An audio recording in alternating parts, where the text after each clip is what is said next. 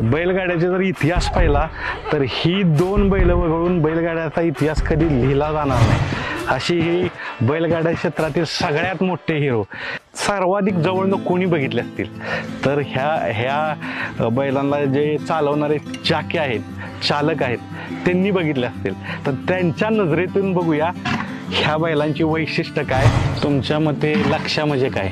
लक्ष्या म्हणजे बैलगाडी क्षेत्रातला राजाच, आणि इथून मोर लक्ष्यासारखा बैल बी होणार नाही आणि झाला पण नाही. आणि आमचं नशीब म्हणायचं की त्या बैलाची आम्हाला गाडी पळवायला मिळाली. सोन्या म्हणजे काय काय सांगा? सोन्या म्हणजे 24 कॅरेट सोनंच आहे आमचं ते. कोणी म्हणाय नको मी लक्ष तयार करेन, मला ते होणार नाही. म्हणजे आम्ही सांभाळून सगळं आमच्या धावणीसाठी लक्ष तयार होत नाही. सोन्यासारखा बैल म्हणजे अख्ख्या मैदानात दिसाय पण नाही आणि पाहाय पण नाही सोन्यासारखा बैल. तर 100% तुम्हाला ही जोडी पळताना दिसली असते.